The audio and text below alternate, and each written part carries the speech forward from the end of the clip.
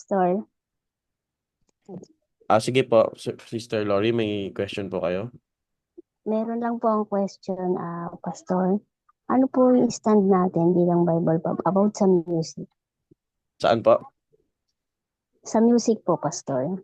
Ah, Meron tayong separate course. Yung ibang mga student, meron na tayong sila ay nakakuha na ng music. Ang tawag natin dyan ay music theology. Ah, So, sa subject na yan, pinag-uusapan natin bakit hindi tayo gumagamit ng drums, bakit tayo ay ina-avoid natin, hindi naman absolute, but we're avoiding some contemporary Christian music. But not absolute, no? okay po. Hindi ibig sabihin CCM, hindi na natin pwedeng gamitin sa church. The Hmm. lyrics, basta ang fundamental, three fundamentals ng paggamit natin ng music sa church is number one, kung sino yung nagsulat, sino yung gumawa Hmm. ng kanta. Kaya sa atin, hindi pwedeng gamitin o kantahin ang special number na I see you, Lord, and then na na na na na. Sino nakakalam yun? I see you Hindi ko in... po alam yun. O, Basta sino, mga CCM, hindi po ako masyadong familiar. sino ang bakit hindi natin pwedeng special number yan? Maganda yung lyrics. Pero bakit din natin, maganda yung music and lyrics, pero bakit hindi natin pwedeng kantahin yun sa church or special number? Pero siguro sa bahay nyo habang Hindi po. naglalaba ka. Pero bakit hindi natin yung pwedeng special number, gawing choir or gamitin sa church? Kasi ang writer nun, ang songwriter nun, ay walang iba kundi sino? Sister Julie, kilala mo? Ay, sa Sigara po. Oh, ah, siguro fan ka ni Isis Sagera, Sister Crisela. Hindi naman. Joke lang, joke lang. Aisa Sigera. Eh, sino ba si Aisa Sigera? Part ng LGBT community. So, hindi ibig sabihin okay yung lyrics, okay yung music, kakantahin mo na. Kailangan mo alamin kung sino yung songwriter. Okay? Ngayon, okay yung songwriter. Sabihin natin, Christian daw. Okay, hindi man Baptist Christian. Pero, kung ang music ay parang papakinggan ko sa inyo.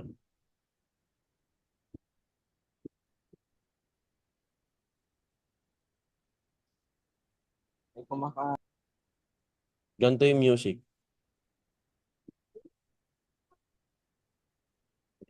Ito, ano masasabi niyo dito? Mm, Hindi ko mahanap ah. Pero may sikat na kanta ngayon na yung even on the,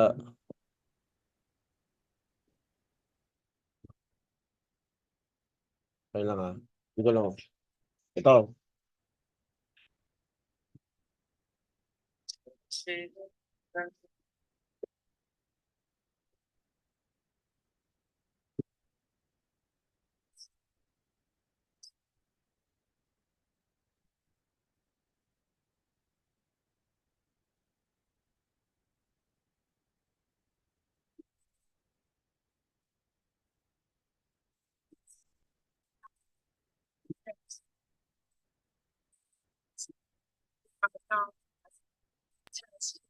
Okay. Hindi po So, namin marinig. hindi niyo marinig? Hindi nga. Hindi po. Walang sound? Wala rin po ako narinig. Bakit? Ba't kaya? Hindi niya siguro Yung kumakain lang nakikita po namin. kumakain. Sige nga, isipipili ko ulit. Bakit ganun? Siguro boses niya lang ang na-filter. Pero parang ang ganito ang ano niya. I- Sobrang rap rhyme, tapos mapapaindak ka. So okay yung author, kung Christian siya, okay yung lyrics, pero yung music hindi okay. Hindi siya pang church. Ikaw din? O si Odi din daw? So next. So Kaya nalabas okay ata. yung okay yung author, okay yung music, pero isa sa pinaka fundamental sa paggamit ng music ay yung laman ng music, yung theology ng music. Oh, merong gantong kanta.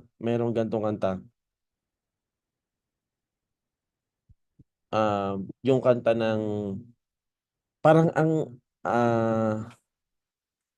I forgot the song, but I will send it to you later. Pero pag pinakinggan mong maigi, oneness pala siya. Oneness. Okay? Kasi ang binabanggit doon sa chorus si Jesus Christ. Tapos biglang sinabi niya sa dulo, aming Ama. Dinidescribe niya si Jesus Christ as aming Ama. So, hindi pwede yun. Okay? Mali yung theology, oneness. So, dapat tama yung author, yung songwriter, born again, believer. Tapos, tama yung music, hindi syncopated. Okay? Hindi rock song, hindi rock music, rap music. At hindi din mali yung lyrics o yung content o yung theology of the music. Kaya, eto lang ano nga napapansin ko sa mga um, churches today, tinatanggal na yung hymnals in a sense na nakatingin na lang sa projector. Now, that's good. Okay. We can innovate. We can innovate. But, kailangan aware din tayo sa disadvantage na hindi na natin pinapagamit ng as in hymn book. Hindi na natin nilalagay sa mga pew. Why? Someday, yung mga next generation, hindi na nila alam yung hymns. Kung bakit yung mga forefathers natin, yung hymnals, nilagay nila yung notes. Bakit lahat ba ng mga Christians nakakabasa ng nota? The obvious answer is no. But, our forefathers put the music in our hymn so we can see the musicality of that song. Okay? So, bahala tayo kung ano ko yan sa church, battle cry ko yan dito sa Brookside eh. Sinabi ko na bumili ng maraming hymnals. Ngayon, kung marami talagang tao, may event, hindi sufficient yung hymnals, okay lang siguro, paminsan-minsan. Pero yung practice talaga sa church na yung mga younger, they know the hymns. Yung naka-flash sa projector, pero yung hymnals, yung next generation, medyo maintindihan pa nila yun. Pero yung next generation, after next generation, wala na. Okay? Kaya sa States, i-search nyo yung uh, Bible Baptist Church of Oakland by Robert Sargent. Anong ginagawa nila? May projector sila, pero ang naka-flash lang yung title ng kanta tsaka yung hymn number. Oh, yun lang ang naka-flash. Okay? Pero yung mismong lyrics, kaya sa church dapat sikapin natin na ibalik yung mga hymns sa pew. Now, you can do projector, but wag ikaw ang sisisihin or hindi ka dapat magugulat na yung mga next generation and much worse yung mga next generation ay hindi na nila alam yung hymn. Okay, so ayun po. So thank you too much for that. Punta na tayo sa medyo matindi ang ating mga mapag-uusapan ngayon kasi dito pa rin tayo sa grammar, no? I-share ko na. Question pa, last question bago tayo pumunta sa lesson natin. I'm not saying na baka naman may misinterpret nyo ako. Sabi ni Sir Jomar, ganto, ganyan, pastor, mali ka daw, ganyan. Hindi sinasabi ko, alam nyo dapat yung disadvantages ng walang hymn sa church. After this generation, next generation, wala na. Hanggang matay na ang church as in contemporary songs na hindi maganda ang music. Imaginein mo, saan dito? Google Chrome. Paano ba dito i-share yung documents? Okay, share. Okay. So, ayaw pa din nung isa kong Pero sige, tuloy tayo. Dito tayo sa main clause and independent clause tsaka dependent clause. Okay, sa Tagalog, alam niyo yung Tagalog nito? Sugnay na nakapag-iisa tsaka sugnay na hindi nakakapag-isa. Okay? Napaka-importante nito sa pag-aaral ng salita ng Diyos.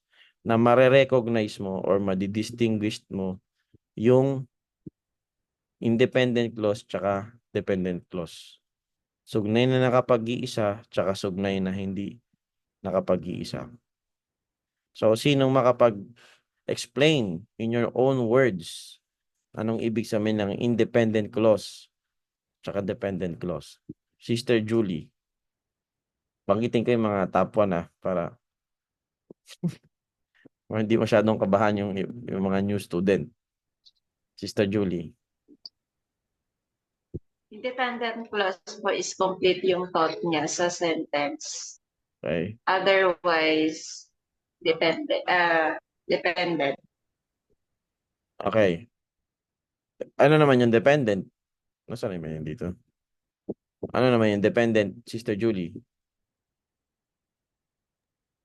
Dependent siya sa isang thought, meaning hindi siya kompleto if wala yung like subject or yung reason or yun, yung magbubuo po sa sentence. Okay. Sige. Balikan natin yan mamaya. Main clause. Yung big idea, di ba? Tinuro ko na sa inyo yung paano natin malalaman yung big idea. Yun yung main clause. Okay? Pag sinabi nating big idea excuse me, yung big idea sa isang passage, yun yung pinag-uusapan. Paano pa natin yun? Ano pang ibang term natin? Pag nagbasa ka ng Bible, merong isang pinag-uusapan. Halimbawa, nagbasa ka sa yung command ni Lord nung ginib niya yung binigay niya yung laws about dietary laws. Okay? Bakit niya binigay yung mga laws na yun?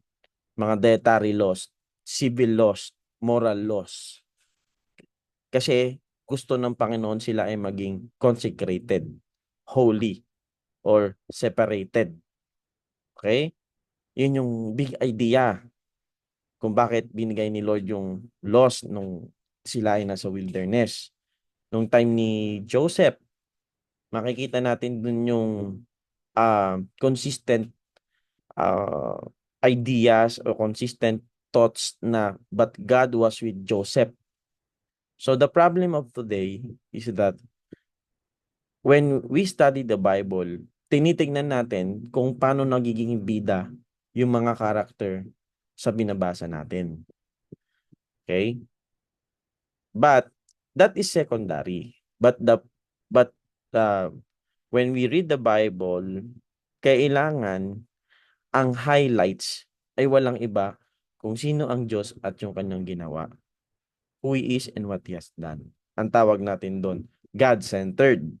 And because the Bible is not just a collection of thoughts or stories or books, kundi ito ay konektado, okay?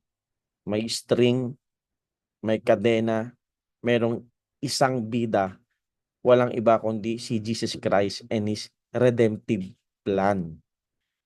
Ang tawag naman natin doon, Christ-centered.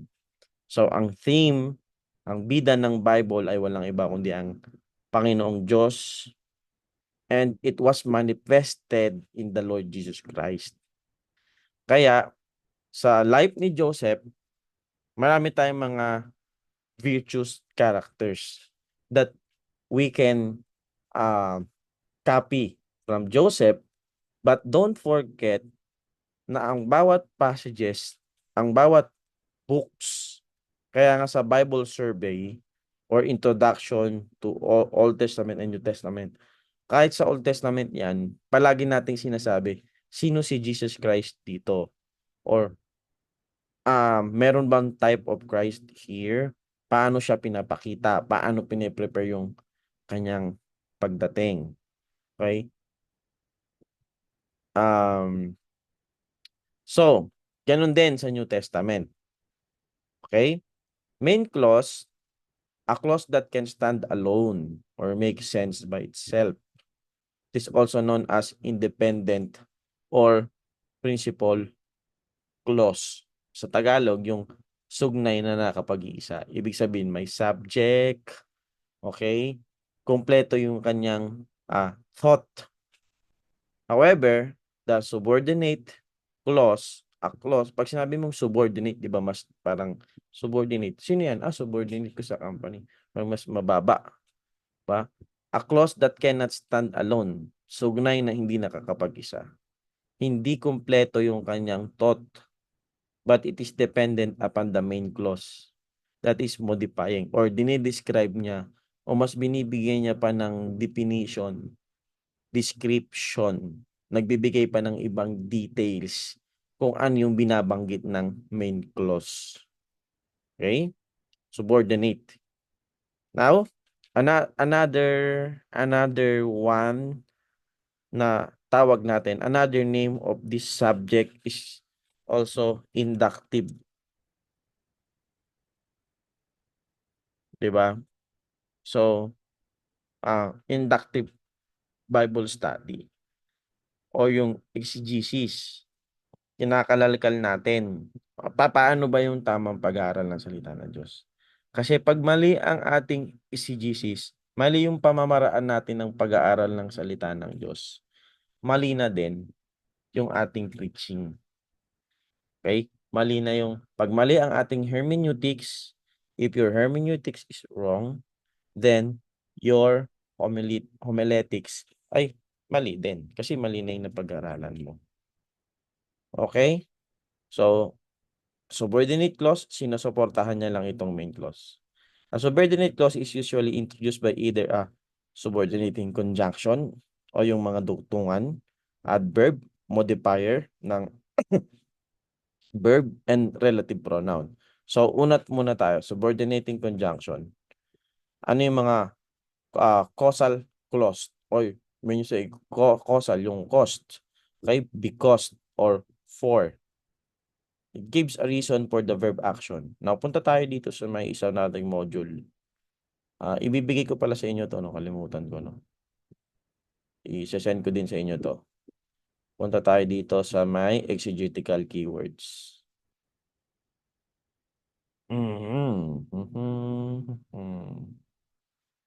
Ayan. Nasaan yan dito yung because tsaka for? Ayan, o. Reason. Logical relationship or exegetical keywords. Pag may nakakita kang because or for or since. Okay? Yung word na if sa Colossians chapter 3, if I'm not mistaken, if ye then be risen with Christ, seek those things which are above, where Christ seated in the right hand of God. Tama ba yung pag-quote ko ng verse? So yung if doon is not a conditional, but it is a reason. Since you are, or since ye are, since if ye then, since you then risen with Christ, dahil kayo, hindi yung kung, kundi since, kumbaga, tapos na. So, dahil tayo ay nirisen na kasama ni Kristo, yun yung foundation. So, anong ini-encourage ng salita ng Diyos? Seek those things which are above. Okay? Hanapin natin yung mga bagay na nasa kalangitan, where Christ seated in the right hand of God. Okay? Punta naman tayo, balik tayo dito sa ating module. Conditional clause. Ito na yung if, kung, and then since, depende sa pagkakagamit, or unless, except ye abide in me. Okay, sa John chapter 15. So, ayan yung mga subordinating conjunction. Mga duktungan. Purpose or result. That, in order, that. Madami yan sa Bible. Dito, ayan din yan. Purpose. Kita nyo? Purpose. Ano yung exegetical keywords? Pag nakita mo yung word na in or so that, ito yung purpose. Ito yung ano ba Tagalog ng purpose? Ito yung ang hirap, no? Yung purpose, naiintindihan nyo na yung purpose, di ba? Okay? So, punta Layunin. Ano? Layunin. Ayun. Purpose. Yun. Ang galing ah. Sino yun? Hindi ko kasi laptop ko, hindi ko magano eh. Dapat kanina ko pa pala in-open hanggang ngayon, hindi pa nag-ano. Open ulit natin. Yan. Punta tayo dito sa Ephesians chapter 2. Tayo ng example. Yan, makita natin yung word na that. Diba? Yung dot. So, ano ulit ang exegetical keywords natin to? Ano ulit? Ano ulit yung that? Pag nakakita tayo dyan, ano yan? Sister Danica. Pag nakakita ka ng that sa Bible, anong exegetical function or keyword? Ano ulit yan? Tulungan ni si Sister Jessa. Pag nakita mo yung word na that, ano nga ulit exegetical function nito o keyword? Meow, meow, meow, meow. Okay lang yan. So, mahirap mag-turn on ng mic sa cellphone. Ayan, yan na si Sister Danica. Sister Danica, ano pag nakita ko ulit ng that? Ano ibig sabihin? Ito ay simula sa letter P. Oh, tulong classmate. Nakikinig ba kayo? Purpose. Yon, purpose. Okay, balikan natin to. Ayan, purpose. So, dito sa Ephesians chapter 2, bakit daw tayo ni-raised? Bakit daw tayo and hath raised us up together? Ginawa sa atin ni Lord. And made us sit together. Saan? In heavenly places in Christ Jesus. Bakit? Anong purpose? Bakit tayo ni-raise ng Panginoon? Diba? Bakit na tayo, hindi lang tayo ni-raise, kundi pinaupo pa tayo sa kataas-taasan. Why? Anong purpose? That in the ages to come, He might show the exceeding riches of His grace. Alam nyo, ang ganda nitong passage na to. Kasi itong word na, and us, raise us up together, parang tayo ay inano ng Panginoon, binuhay ng Panginoon, at pinaupo niya tayo in heavenly. Look at the spear. So, makita nyo dyan yung word na in, di ba? Yung in, saan yung in dito? Sige nga, hanapin nyo saan yung in. Anong exegetical keywords? Anong ano? Place po. Very good. Oh, hindi ko nakita kung sino nagsabi. Place, spear, domain. So, ibig sabihin yung mga dalawang letra na yan sa Bible, may mga function yan. Pero alam nyo, sa pag-memorize ng verse, kung ano pa yung mga dalawang letra lang yun. Minsan yun yung nakakalimutan natin. Pero may function yan ng in, spear, domain, or place. Saan tayo pinaupo ng Diyos? In heavenly places. Why? Kasi, pagdating dito sa verse number 2, tayo ay lumalakad according to the prince of the power of the air. Hindi ibig sabihin na, na yung hangin, mas marami kang nilalanghap na hangin, mas makasalanan ka. Diba? Hindi yan ang ibig sabihin yan. Hindi din yung air, yung signal na kapag ikaw ay palaging gumagamit ng signal, makasalanan ka. Hindi. Ginamit ni Apostle Paul as analogy yung air kasi yung air, kahit nasaan ka, andun ang hangin. Eh sir, paano yung sa vacuum? Pambira, wag mo na ng philosophin. Ibig sabihin, wala tayong kawala dun sa prince. Sino yon? Si Satan. Kumbaga, hindi ka makakawala sa kanya. Para tayong isda na nasa ilalim ng tubig. Naisipin mo yung tubig ay yung air, parang yun yung tubig. Makasalanan na hindi makakawala kay Satan. Kaya, kumbaga, here below sa earth na to, wala tayong kawala kay Satan. Kaya, pagdating ng verse number 6, ni-raise tayo ng Panginoon. Saan? Below or middle? No. Made us sit together in. Kaya napakailangan yung itong maliit na word na yan.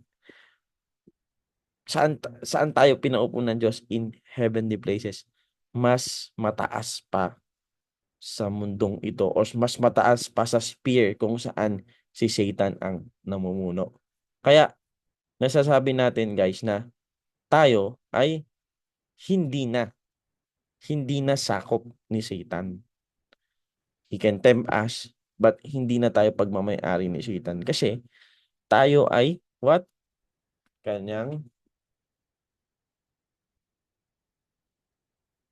Tayo ay ni-raise na ng Panginoon together. Question ba? Kaya pa? Congratulations sa classmate natin na bagong kasal si Sister Dicel. Yay, palakpak. Congratulations. Sabihin niyo naman, congratulations. Congratulations. Yon, congratulations. Wait lang po. Ano ko lang tong para nakikita ko kayo habang nagtuturo ako. Lalagin ko lang sa isa kong cellphone. Okay, anong password natin? 934 923. Okay. So far, wala tayong question. Sige. Etong ano na to, importante to. I-send ko yan sa inyo na makatulong sa inyong pag-aaral. Next, dito naman tayo yan sa may adverbial clause. Yan, nakita ko na kaya dito. Naka-enter na. Naka-enter na ako. Kita ko yung mga naka-open ng camera. Salamat. Dahil meron akong nakakausap. At syempre naman, kaya naka-close ang camera kasi hirap signal. Pag alam nyo ba yun? Kapag naka-open pag nahirapan kayo sa signal, patayin nyo lang yung camera nyo kasi nakaka-add yan eh. Okay, whenever, where, as. So pag may nakita ka na kaagad sa sentence na when, sa sentence ay merong when. At yung mga words before when, tinanggal mo. At yung mga sumusunod dyan, ayan, when, whenever, where, as, ayan ay subordinating clause or sugnay na hindi nakakapag-isa or wala siyang complete thought. Relative clause, ayan yung who, whom, whose, which. So meron tayong example dito, but gusto ko magkaroon tayo ng training sa Ephesians chapter. Gamitin lang natin yung Ephesians chapter 2 or Ephesians chapter 1 para maiba naman. Baka sabihin nyo, Sir, daya mo kasi paborito mo yung Ephesians 2 kaya sige, Ephesians 1. Si Sir Jomar. Si Jomar ay hindi din gamay ito. Wala tayo sa Ephesians 1. Yan ha. Tignan natin yung okay, sige, isa-isa tayo ha. Unang sasagot si Preacher Michael. Kung independent clause or dependent. Independent, ay ganito na lang. Sabihin nyo I kung independent, D kung dependent. Tatanungin ko, unang sasagot si Preacher Michael. Nakikita ba? Okay. Paul, an apostle of Jesus Christ by the will of God. Preacher Michael, independent or dependent? Ito. Highlights ko Paul, an apostle of Jesus Christ by the will of God.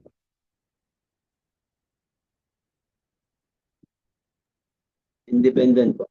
Okay, very good. Next, si Pastor Nel. To the saints which are at Ephesus. Independent, dependent. Dependent. Okay, very good. Next, and to the faithful in Jesus Christ. Sister Julie. Depende. Okay. Hindi ka pa tapos sumagot. Kinat mo na yung mic mo, Johan. Okay, Sister Danica. Next. Etong grace be to you and peace from God our Father and from our Lord Jesus Christ. Medyo madali, ano? adjective, but overall this is a Independent. good job. Apo. Okay. For your final level, this is B1. Thank you, thank you. Any questions? May nagtuturo Sister Danica. Parang hindi ba magulo kasi may nagtuturo dyan tapos may nakikinig ko sa akin. Parang mat pa yung pinag-uusapan dyan. Okay, eto. Blessed be the God. Okay. Si Sister Brother James. Yeah, eto lang. Blessed be the God. Ano po? Independent. Very good. So, talaga ilang letra lang. Ano na? Oo. Kasi meron siyang complete thought. Merong subject. Okay? At so, etong and Father of our Lord Jesus Christ, dependent. Who hath blessed us with all spiritual things. Dependent na naman. In heavenly places, dependent. So, ibig sabihin, itong independent clause na to, na blessed be the God, at itong mga sumusunod na mga phrases, dependent clause, dinidescribe nila yung Diyos na nagbe-blessed. Okay, sino tong Diyos na to? Tatay ni Jesus Christ. Okay, Father of our Lord Jesus Christ. Anong ginawa niya? Who hath blessed us with, tayo ay pinagpala niya. Itong mapagpalang Diyos, pinagpala niya ng with all spiritual blessings. Okay? Ng mga spiritual na pagpapala. Saan? In heavenly places. In Christ Jesus.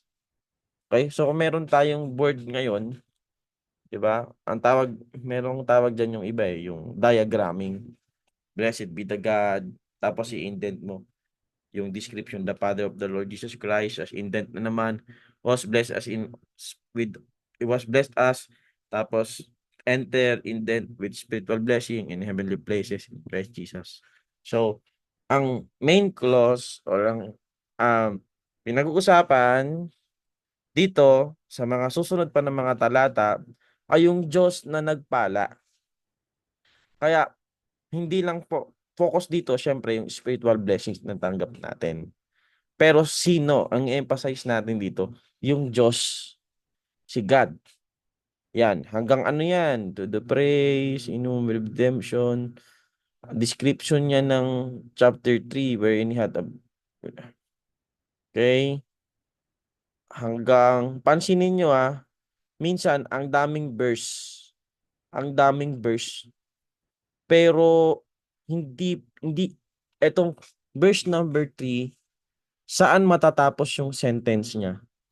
O yung, diba? Verse 3, nasan yung period natin? Hanggang dito, verse number 6. Yan. Kaya, yan na yan, pwede mo na yung gawan ng isang mensahe. Diba? Pwede mo lagay dyan, the God who blessed us. Okay? Yun na yung title mo, no? Or blessed be the God. Mga ganon. So, or, spiritual blessing that comes from God. Ganun. Or the works of God. Or, kung paano mo lalagyan nyo kung paano mo yun iti-take. Okay, verse number 7 hanggang verse number 12. Yan, sa mga teacher, preachers, pastors, yan, isang message na yan. Kaya, mga Bible student, pag pinagpipreach tayo, kaya nakikita niyo yung mga message, makakita niyo yung mga pinautang ko, baka umutang din kayo sa akin. Joke lang, time to time, nagjo-joke ako para tit kayo maantok. Wala kasi akong message Mga kapatid, ang message natin yung Bible. Magbabasa kasi ng Bible para magkaroon ka ng message. No? Yung mga preacher na nahihirapan maghanap ng ipipreach, hindi kasi sila nagbabasa ng Bible. Ay, ano pambihira? Ito pa lang, verse 1 to verse number 2. Isang sentence na yan. I-preach mo yan, paliwanag mo yan. Mahirap kasi sa atin, kapag hindi alliterated, hindi lahat ng preaching, sino nagturo sa atin na lahat ng preaching dapat alliterated? Okay? Ang alliteration, ay help para mas matandaan ng tao yung main point mo, yung big idea mo na gusto. Pero kung mag-iimbento ka ng mga salita para lahat W, lahat letter T, lahat letter D, hindi mo kailangan 'yon. So pag nabuo mo na yung buong sinasabi ng Bible, kung gusto mo gawa ng alliteration, etc., etc. So, we're not just studying the technicalities, but the application of studying. No? Kayo din, sa ladies. Wala kayong, ano ba ituturo ko sa ladies? Palagi ko na lang na ano yung modesty, wala na ba ibang turo? Itong Bible. Ephesians, Philippians, Colossians, pag-usapan nyo, alam nyo ang hirap ngayon sa mga Christians today, lalo na sa mga evangelical, mga ibang mga hindi Baptist, minsan Baptist na din. Puro lusaw, walang pundasyon, walang foundation from the Word of God. Yung kanilang tinuturo, puro application. So, ayan. Balik tayo dito. Any question so far, guys? Any question, brothers and sisters? Pasensya na kayo, minsan natatawag ako ng guys. Punta naman tayo dito sa ating, nasaan na yun? Ating module. Alright, boys and girls. Okay. So, ayan, may example dito ng John 3:16. Anuhin nyo na lang. So, next. Tapos na tayo dito sa grammatical principle. Ano yung mga natapos na natin? Contextual principle. Diba? Grammatical. And then, sa number 12. Review nyo natin ha. Baka nakalimutan nyo na. Literal principle. Contextual principle. Grammatical principle. Napaka-important natin. And last but not the least, yung theological principle. Dito na tayo din magkakatalo. So, parang ang hirap na, no? Literal, contextual, grammatical. Malaking tulong na to, guys, kapag nasanay niyo yung sarili niyo na you're reading the Word of God. But you take it as literal. Unless it is figurative, it should be interpreted as figurative. Contextual. Know what is the context. Okay? The immediate context. Ano yung mga preceding verses? Proceeding verses, preceding. Pro and pre. Preceding means verses before that verse. Proceeding means verses after that verse. What is the immediate context? What is the bigger context? What is the author's intended? Author's intended yung intention niyang sabihin sa mga manunulat. And also, don't ignore the grammar as you study. And eto na, compare scripture with scripture.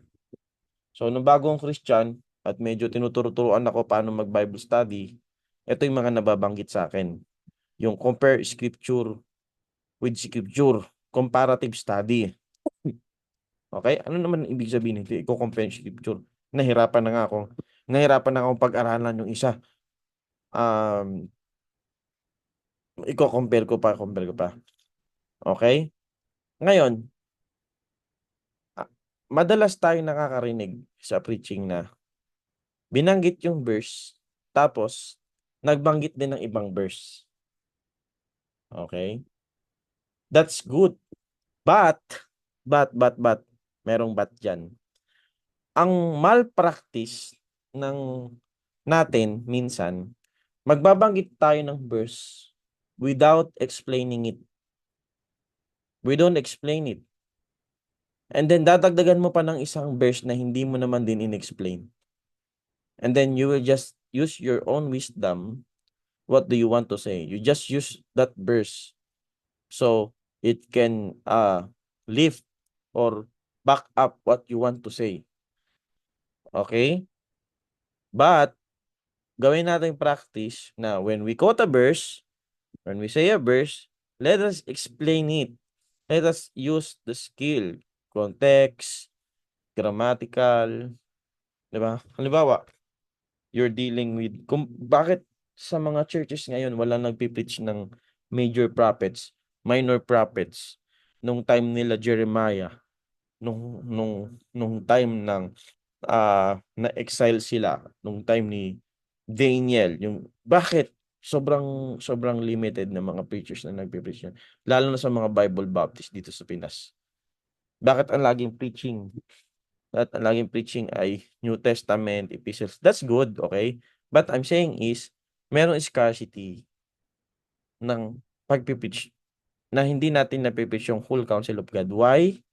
Kasi, kailangan mong alamin yung konteksto. Alam natin na kailangan nating alamin yung pinag-uusapan kung anong nangyayari surrounding on that verse. Okay? Halimbawa, ito na lang siguro ang exam nyo, no? Sabihin ko na yung exam nyo tapos i-send nyo sa akin. Dapat magkakapare-parehas kayo ng sagot. Magsi-search kayo sa internet. Ang AI generated na paper na ipapasa sa akin means fail. Guys, ChatGPT is my best friend. So I know you're coming from AI generated. So, mas okay na yung mali-mali yung pagsulat nyo ng grammar, you disregard the subject-verb agreement, but it came from your heart. Okay? Kesa doon sa sinabi mo lang tapos tapos pinasa mo sa akin. Wala yon, walang dating yun. Ang teacher, kung bakit nagpapa-assignment o nagpapa-exam, hindi dahil para matulungan mo sila sa learnings. Alam na nila yon. Kundi para makatulong sa'yo. So, you can quote a site or whatever. It's up to you, but you need to study. Ang gagawin nyo, ipapasa nyo sa, saan na ba yung ano natin? Kailan ba yung final exam natin? Syllabus natin ito. December 17. Malapit na pala. December 17. Bago mag-December 17 o December 17. Kasi pag sinabi kong bago mag-Christmas, hindi nyo naman gagawin. Gawin nyo na. Mag-search kayo ng mga most misinterpreted verses sa Bible. Siguro kahit mga ilan ba gusto nyo? 5? 5, pwede na yun, 5. So, lalagay nyo lang doon. Halimbawa, itong verse na to. Magkakapare-pares kayo ng sagot niyan. Kasi, isang internet lang naman gagamitin nyo tsaka isang source. Search nyo. Tapos, aralin nyo kung bakit. Diba? In your own words. And then, aralin nyo. Lahat naman tayo, alam natin mag-research. So, most misinterpreted Bible verses ng mga Christian. So, lalagay nyo yung verse and then i-state nyo why. So, sabihin nyo, a lot of us think that this verse is about ta-ta-ta-ta-ta. But as a study, the context, grammar, etc. This verse talks about chu-chu-chu-chu-chu-chu. Kaya ganon. Gamitin natin yung huwag kayong masasaktan ha kung nagne-networking kayo ha. Kaya masasaktan ha. Kasi ginagamit na sa networking eh. Jeremiah 29:11. Bigay na ako. Pwede nyo naman din gamitin pero explain natin na konti. 29. Networking is good. Bahala kayo. Pero nakarinig ako ng isang networker, ginamit pa yung Bible. Mali-mali naman. Siyempre, pag gusto ng Diyos, yumaman ka. Kasi sabi nga, di ba? For I know the thoughts that I think toward you, saith the Lord. Thoughts of peace. Hindi nila gagamitin yung King James kasi hindi masarap pakinggan eh. Pero pag ang ginamit mo dyan, NIV, masarap pakinggan kasi. Sorry baka kayo ay hindi all out sa King James. Nasa may NIV dito. Ito. Ang tagal naman mag-load. Hindi na gagamitin yan. Kasi hindi masarap pakinggan eh. Sorry po sa pagiging mabagal na internet.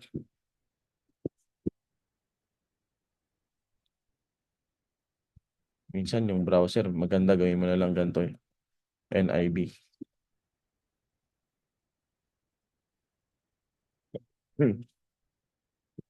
Yan. Ang ganda pakinggan. Mapapabili ka na talaga. For I know the plans I have for you, declares the Lord. Plans to prosper you, not to harm you. Plans to give you hope and a future. Wow, sarap pakinggan. Pero, pag pinag-aralan mo yung Jeremiah, yung book of Jeremiah, if you study Bible survey already, or you know what was happening here, sinasabi ng Panginoon. Kaya yung mga tao, lalo na yung mga priest, yung mga leaders that time, galit na galit kay Jeremiah. Tingin nila si Jeremiah spy. Kasi sinasabi ni Lord, oh, Jeremiah, sabihin mo sa mga tao na pag dumating mga Chaldeans, ang mga Babylonians, mag-ano sila, mag-give in lang sila. Pumunta lang sila sa Babylon, wag na silang lumaban. Okay? Mahirap, ganito, ganyan. So, ang dami na sinabi ni Lord, etc., etc., etc. Bigla niya pinasok to. For I know the plans I have for you, declares the Lord, plans to prosper you and not to harm you, plans to give you hope and a future hand. Ang context pala, hindi ito yung ikaw ay magiging mayaman, kundi sila ay sasapit sa madalubyong buhay dahil sila ay mapupunta sa exile. Sa Psalms pinaliwanag yan. In the rivers of Babylon, we hang our harps. There we cry. Diba? Because we remember Zion. They've been in the place that they don't know the language. They will be subordinate to these Chaldeans. Okay? But the Lord says, live there. After how many years? Okay? I will spare you and I will judge Babylon. So, that's the whole story of Jeremiah 29 verse number 11. They will suffer because of the sasakupin na sila, because of the invasion of the Babylon. But the remnant, yung mga Israelita, yung remnant, hindi sila matutupok. Ano ibig sabihin na matutupok? Maliliquidate, extinguished or mawawala. Kaya nga, pagdating ng Lamentations chapter 3, it is the Lord's mercy that we are not consumed because His compassion fail not. They are new every morning, great is thy faithfulness. So, yung remnant, iaano pa rin ng Panginoon. Iingatan ng Panginoon hanggang makabalik sila sa promised land. Okay? So, any question? So, ito sa todo. Ginagamit pa sa networking, favorite verse, pero yung surrounding story pala yung kaakibat pala ng verse na to ay matindi yung kanilang mga pagdaanan. Ito masarap lang pakinggan. And parang sabi na I claim this verse. Sabi nung nag-comment, i-claim mo din ba yung mga binanggit bago yung verse na yan, tsaka yung mga binanggit after ng verse na yan? O ito lang verse number 11. Kasi nga they will suffer a lot. You read that when you have a spare time. Okay? Compare. Now, I don't know if dito siguro sa notes kung makakapag paano ba dito makapag-drawing? Parang wala tayong makapag-drawing dito. Hindi ko alam mag-drawing dito. No? Saan ba ako pwede mag-drawing dito sa MacBook? Parang wala. Dito sa Zoom, alam ko meron eh. Stop share muna natin. Okay, question po. Abang inaalam ko kung anong ano. May question ba sa inyong whiteboard? Whiteboard. Oo nga, may whiteboard dito. Saan ba yung whiteboard dito? More. Yun. Thank you, Sister Danica. Lupit mo, Secretary. Yan. New whiteboard. Okay. Good evening sa ating lahat. Yan. Grabe si Sister Lisel. Dalawa yung account to. May Lisel PBB Brookside. May Lisel Isalas pa dito. Matindi. Dami internet. Okay. Nakikita niyo po yung whiteboard? Kasi nakikita ko dito. So, Drawing tayo. Okay? Drawing tayo dito ng graph. Isipin nyo mga graph yan ah. Oh, wala magdodrawing ako lang. Sorry, Sorry po, napipindot. sorry.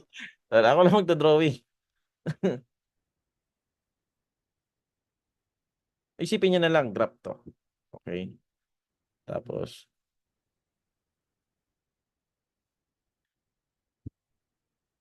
so ano napapansin natin sa graph? No?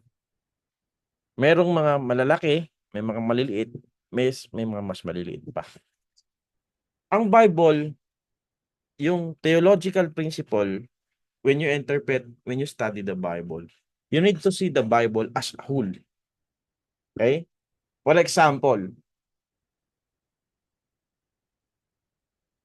napag-aralan natin ito sa historical books. Bakit si Lord inutos niyang ipapatay na kapag nakasakop sila ng isang bansa dun sa Canaanites, dun sa kinakonquer nila, papatay nila lahat, wala silang ititira. Wala silang ititira. Okay? Now, you will say, grabe naman si Lord. Napakakarumal-dumal. Ba? If you will just focus if you were only solely focused on that area, hindi mo tinagnan yung Bible as a whole, you will picture God as unloving God. Nakuha ba natin? Now, we know, kaya nga meron tayong tinatawag na systematic theology. We study who God is, kung sino siya. Okay? And then, we compare scriptures. Here, God is very angry. Why? What is the reason?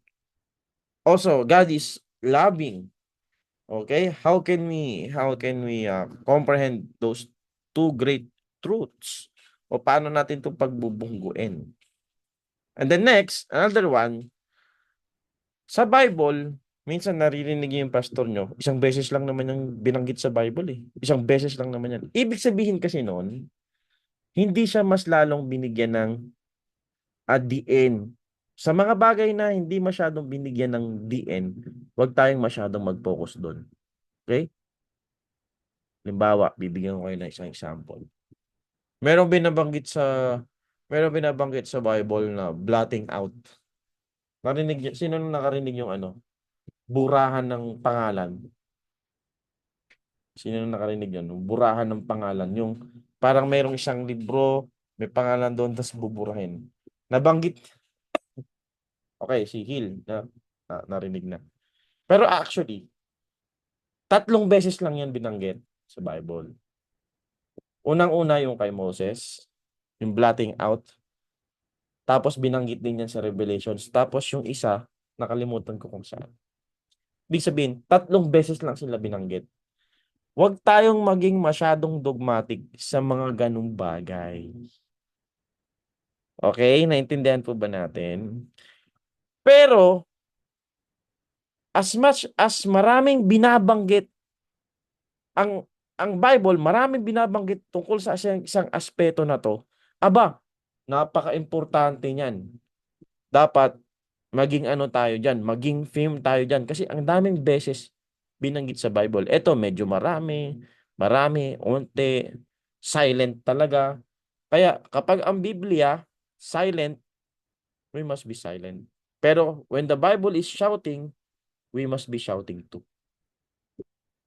Ngayon, anong issue? So sana naintindihan nyo to. Yung mga malalaking graph, ayan yung parang you look at the Bible, dito, binanggit dito maraming beses, binanggit din dito, binanggit dito madaming beses, binanggit dito. Ibig sabihin, mga importante yan. Okay? Titignan mo yung Bible as a whole. Bigyan ko pa kayo ng isang example. Uso ngayon yung outer darkness. Diba? Siguro yung iba sa inyo, alam yan. Outer darkness. May ibang mga pastor na Baptist na nagtuturo na sa heaven daw, may outer darkness. Parang madilim. Doon yung mga backslider. Meow, meow, meow, meow. Meow, meow. Nasa heaven ka na nga, pero madilim pa rin. Meow, meow, meow, meow. Sabi ko, yung nag-invento ng doktrina to, gusto ko talaga siya makausap eh. Ayaw ko may pagbalitaktakan sa Biblia. Kasi nga, kung hindi tayo, that is the result of not interpreting. Kumbaga, nag-focus ka lang sa isang, ilang beses lang binanggit yung outer darkness. Ngayon, kung binanggit man yun, yung ba talaga ang ibig sabihin nyo, nasa heaven, merong isang place na nandun lahat ng mga backslide. O dito, lahat ng mga Kristiyano nagpatato. Dito kayo. Tatatatoan kayo dyan ng buhay. Eh, dito naman kayo, mga Kristiyano na kayo, pero tumitingin pa kayo sa zodiac sign. Walang ganon, no? We will all go to heaven, but we have different rewards. Yun yung klaro sa Bible. Hindi tayo pare-parehas ng rewards. Okay? Ikaw, Kristiyano, na pabanjing-banjing na lang, wala kang ilang gano'n, kundi magpa-manicure tsaka magpa-pedicure. 2 oras ka pinipedicure, minamanicure, hindi mo man lang na-invite sa church. 'Di ba? Samantalang yung ibang mga Kristiyano, wala nang kain-kain, soul winning pa din. Ano i-expect mo, magkaparehas kayo ng reward? Okay? So, ilang beses lang binanggit sa Bible, pero hindi din naman yun. Tama, tama. Ano sabi dito? Eddie Wow? Ano sabi mo ba? Eddie Wow? Ano? Eddie ano? By the way, Sister Danica, yung record the attendance. Wala nang mag-backslide. Okay, punta tayo sa ating module ulit. Mapapamamyaw-meow na lang talaga tayo sa mga... Hindi, alam nyo, sa totoo lang, minsan yung mga ganon, pasikat lang eh. Baka siguro alam nilang mali. Pero alam nyo, may Baptist na hindi naniniwala sa Trinity. Merong three persons, pero ang teachings niya, hindi pantay-pantay. Yung hindi sila pare-parehas ng kapangyarihan. Mali yun, ano? Heretic yun. Pag ganun. Next. This principle is based on the unity of the Bible. Scripture does not contradict itself, but rather interpret itself. Anong oras na ba? 8:30 na pala, no? 5 minutes. Tapusin lang natin to. Tapos, next week, dito na tayo sa tools. Ayan, you can compare words. Ayan. Yung palagi kong ginagamit. Yung word na honor. Paano ginamit yan? Yung well-pleasing. Okay? Pero may mga pagkakataon ng mga words sa Bible na dalawang beses lang ginamit because of its unique use. Okay? Huwag kayo maguluhan ha. Yung unique siya kasi isang beses lang siya ginamit sa Bible. Halimbawa, yung word na 3 o 2. Yung word na, tingnan natin. Search nyo nga yung word na well-pleasing. Well-pleasing sa New Testament. King James gamitin nyo. Kasi baka sa iba. Punta kayo sa My Sword, kung may My Sword kayo, yan. Ganito mag-aral, no? Tapos yung word na well-pleasing.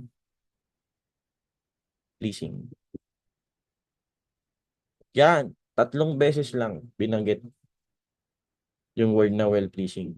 Unang-una, Philippians 4:18, Colossians 3:20, and Hebrews 13:21. Okay? It's all about pleasing the Lord. Yung hindi lang siya basta pleased, kung baga, pleased na pleased siya.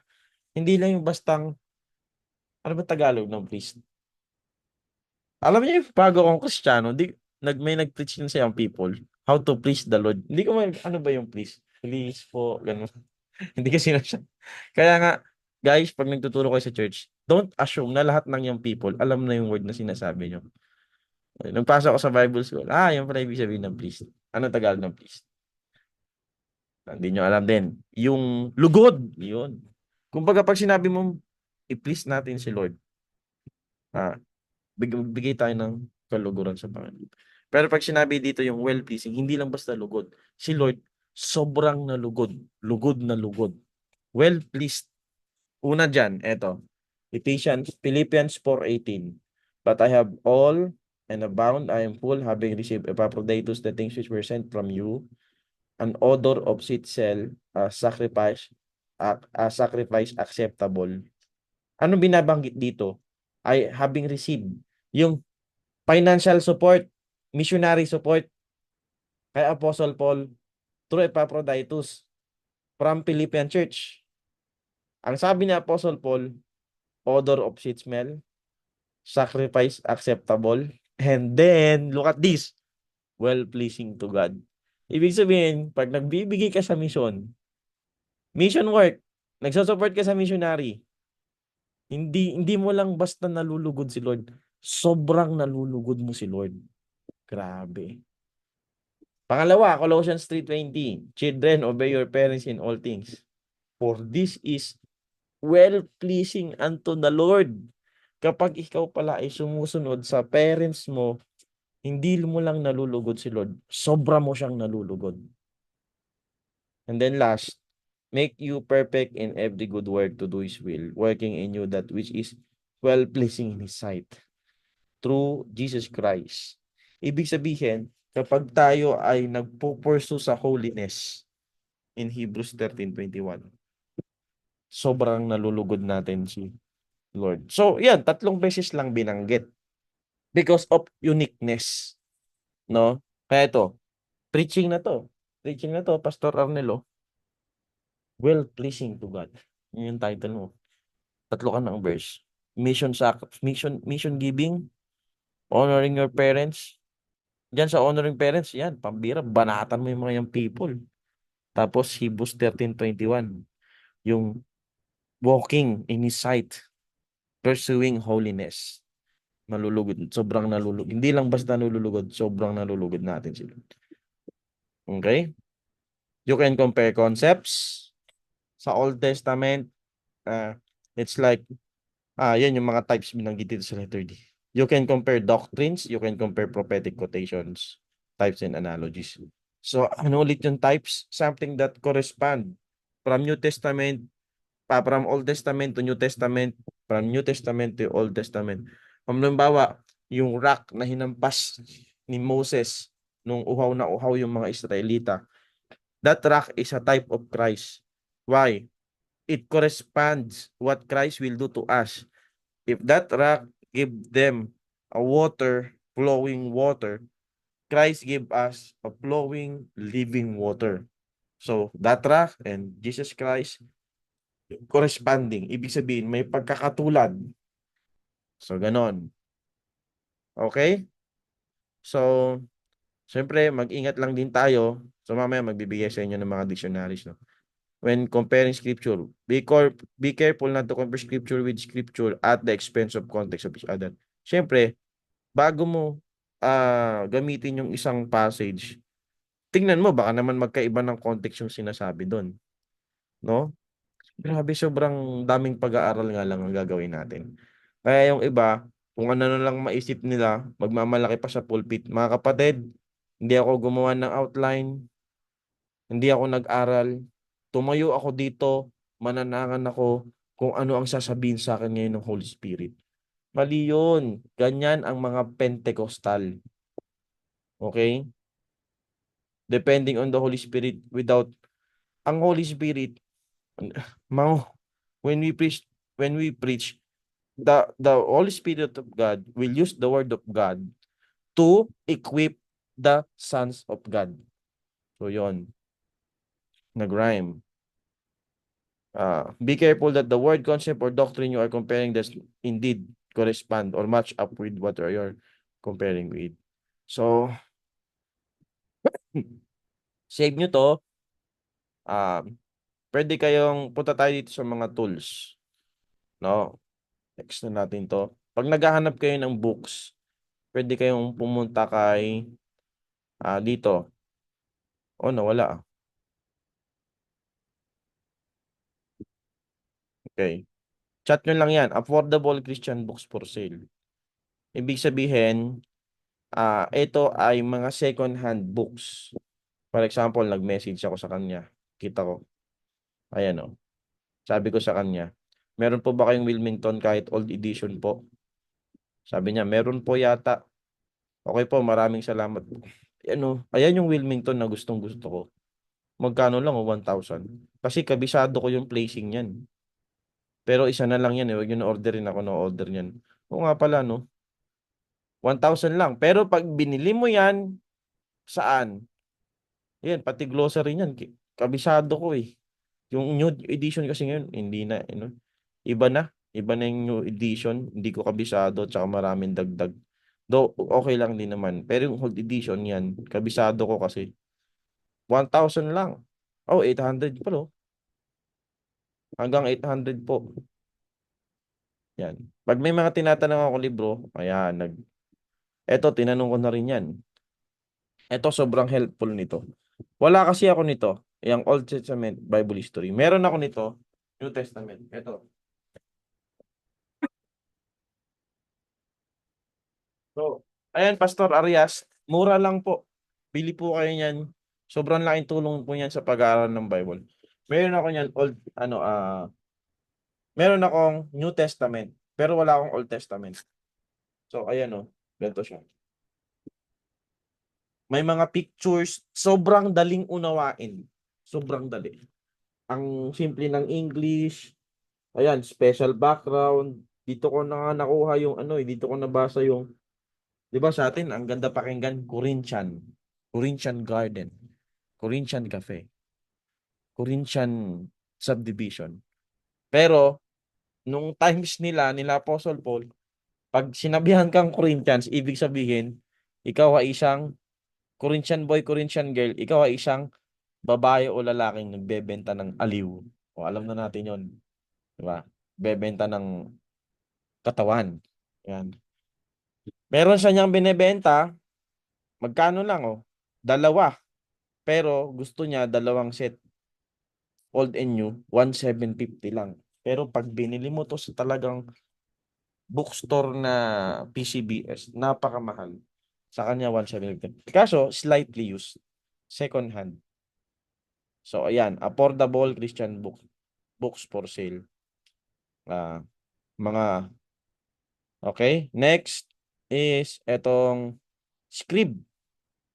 Huwag lang kayo maingay Pero ewan ko masama ba tong gagawin ko. Pero ano to, huwag nyo nang shipping masama. Tricks. Etong script ay meron akong subscription nito na ang gamit ko ay yung friend, yung kanyang account. Pero pwede kang makapag-download ng books dito. Ise-search mo lang kung paano. Meron technique. Halimbawa, books dito about Bible history. Search ang history. Titignan muna kung meron. Gusto ko ng Bible history Ayan. Ito, King James Study Bible Full Color Edition. Yan. Kaso, hindi mo mababasa yan kasi kailangan mo magbayad. Ngayon, isa-search mo lang kung paano, meron ako, marami na rin ako na-download sa script. Kunyari, ito si Elmer Towns. Si Elmer Towns. Saan ba yung libro niya dito? Wala. May bago siya Kaso yan. Pwede mo yung i-download. Pag may mga hinahanap kayong libro, i-search nyo dyan. Tapos i-search na lang din kung paano siya ma-download ng libre.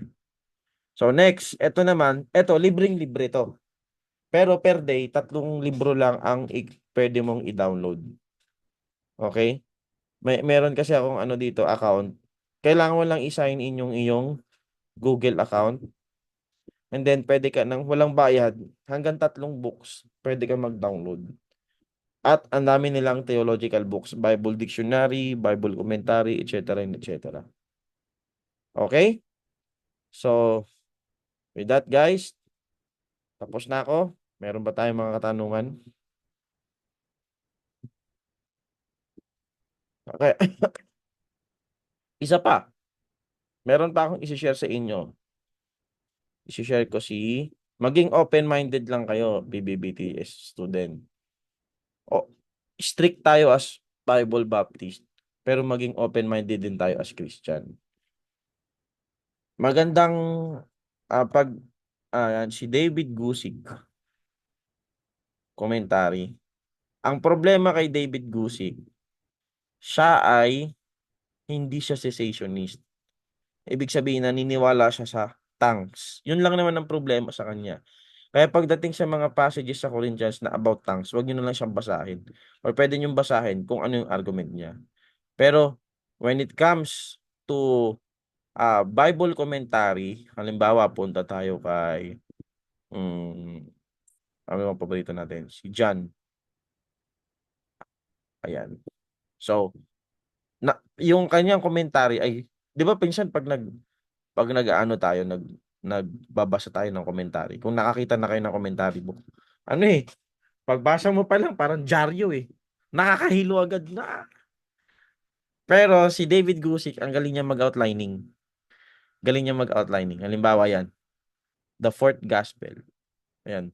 The Gospel of John, ito yung big idea, no? Is, background, is the fourth section of what some call the fourfold gospel, with four voices giving different perspective of the life of Nazareth. Christian writers as early as Origen understood that there are not really four gospel, but there is one fourfold gospel. So ito, there are significant events in ministry of Jesus, Matthew, Mark, Luke, all include, yet John leaves out. Okay? Ang ibig sabihin, ito daw yung mga story kay Jesus Christ na sinabi kay Matthew, Mark, Luke. Pero si John, hindi niya in-include. Ano yung mga yun? Ayan. Jesus' birth, Jesus' baptism, temptation in the wilderness, Jesus teaching in parables, Last Supper. Ang haba ng John hanggang chapter 21. Ibig sabihin, anong pinagsasabi ni John dito? Kung hindi naman pinasabi ni Matthew, Mark, Luke. So, the book of John for me is very interesting. Okay? So, it completes the gospel, Matthew, Mark, Luke. Okay, so, ayan, save nyo si David Gusick. At yung mga forefathers natin, ayan, kino-compare niya. Okay, andyan na din. Pa-outline yung kanyang But, again, that is a commentary. Okay? May tamang gamit ng commentary. At yan yung pag-uaralan natin next time. But for the meantime, sinasabi ko sa inyo yung mga resources na available na libre for us. Okay? Any question, guys?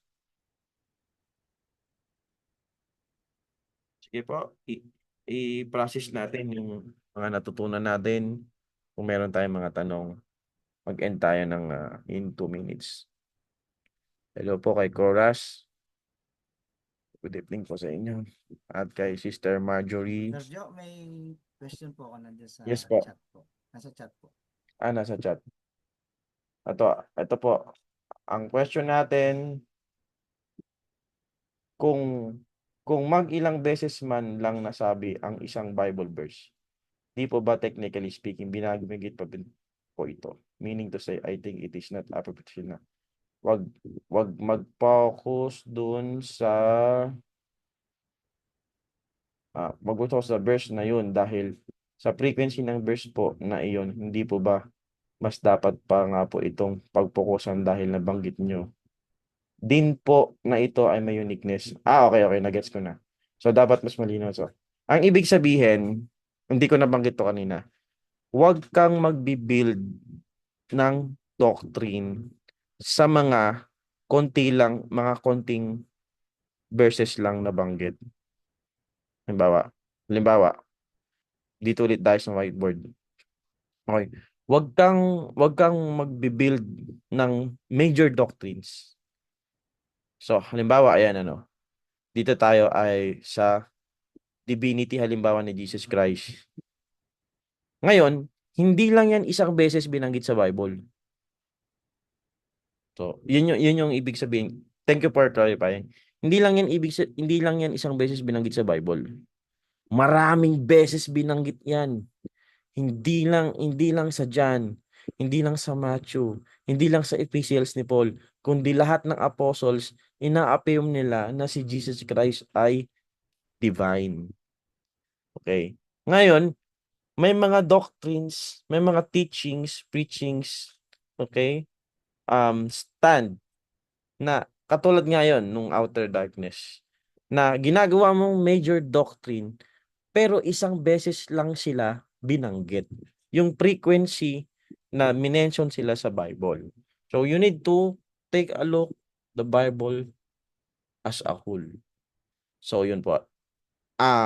Kaya kita nyo sa articles of faith natin. 'Di ba dumaan tayo sa articles of faith sa Sunday school? Kaso nga lang yung pinoprovide sa ni Pastor Bong, yung tinatype sinesend sa DC.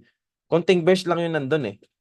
Kaya sabi ko, dapat ilagay yung verse, no? Yung we believe in ganyan. Mapapansin nyo sa may full articles of faith. By the way, kapag ikaw ay missionary, nabanggit kahapon, ikaw ay missionary, pupunta sa ibang bansa, kailangan meron ka rin copy ng articles of faith nyo. So, yung articles of faith isang paragraph. Tapos, ang dami mga verses na nakalagay dyan. Kasi, kailangan binanggit ng marami. Yun, hindi lang si Apostle Paul ang nagsabi, kundi madami pa. So, you don't build your doctrine minsan pa sa mga obscure passages or verses pa natin binibuild yung mga cults, dun pa nila binibuild yung doctrine nila. Halimbawa, sa Seventh-day Adventist, for them, pag nagsisimba ka ng linggo, that is the mark of the beast. They have this teaching that those Christians who worship in Sundays, they are the mark of the beast. Worshipping in Sunday is mark of the beast. Ganun katindi. Saan nila nakuha yun? Sa mga maling interpretations nila. Mali na kaunti na nga at mali pa yung interpretasyon. So, pwede nyo yung ipunta sa pag-aralan yan sa website nila. Or itanong nyo kay ChatGPT. Alam ni ChatGPT yan. Magaling yan si AI eh. Okay? Ano po ba? Clear po ba? Okay, thank you po. Next question. Kamusta po ang love life? Pag walang tanong wala yung tanong, kamusta love life nyo? Ganun. Ito, may chat dito sa Messenger. Good evening po, Pastor. Nawawala ang signal. Hindi pala siya tanong. Okay. So, with that, guys, mag-picture tayo para sa ating attendance. And then next week, ayan, siguro magpe-prepare ako ng mga slides talaga. Kasi sa atin, ang ginagawa ko, share screen lang, no? Ng mga makakatulong sa atin, ng mga resources. Para pagdating ng araw, may isip nyo, mayroong sinare niya si Sir Jomar tungkol dyan eh, pag yan yung pag-aaralan mo. Ganto, ganyan. Yun ang gagawin natin next week. Okay, picture tayong lahat. Please open your camera, please. Waiting. Hello, sister. Yan. House tour. Joke. Ano ba? Ship. Di ko alam kung paano ship control ship. Di ko alam. Paano ba mag picture dito sa MacBook? Control. Lang. May naka-MacBook pa dyan. Nakalimutan ko na. Shift 3? O caps. Command. Yun. Command Shift 3. Sige po. Picture po tayo. Ready? 1, 2, 3. Okay. Don't forget po yung inyong assignment. Ha? Papasa sa December 17. 5 verses na misinterpret. Halos magkakapares lang yung ano nyo dyan. Sagot nyo. Pero wag na magkopyahan. Ilangan po natin si Pastor Arnel. Pag-close po sa ating prayer. Sige po, tayo po manalangin. Let us pray. Aming amang Diyos na sa langit, salamat po Ama sa natapos sa lesson. At inyo kami patuloy na hubugin, tulungan para kami po patuloy maging epektibo magagawa po ninyo.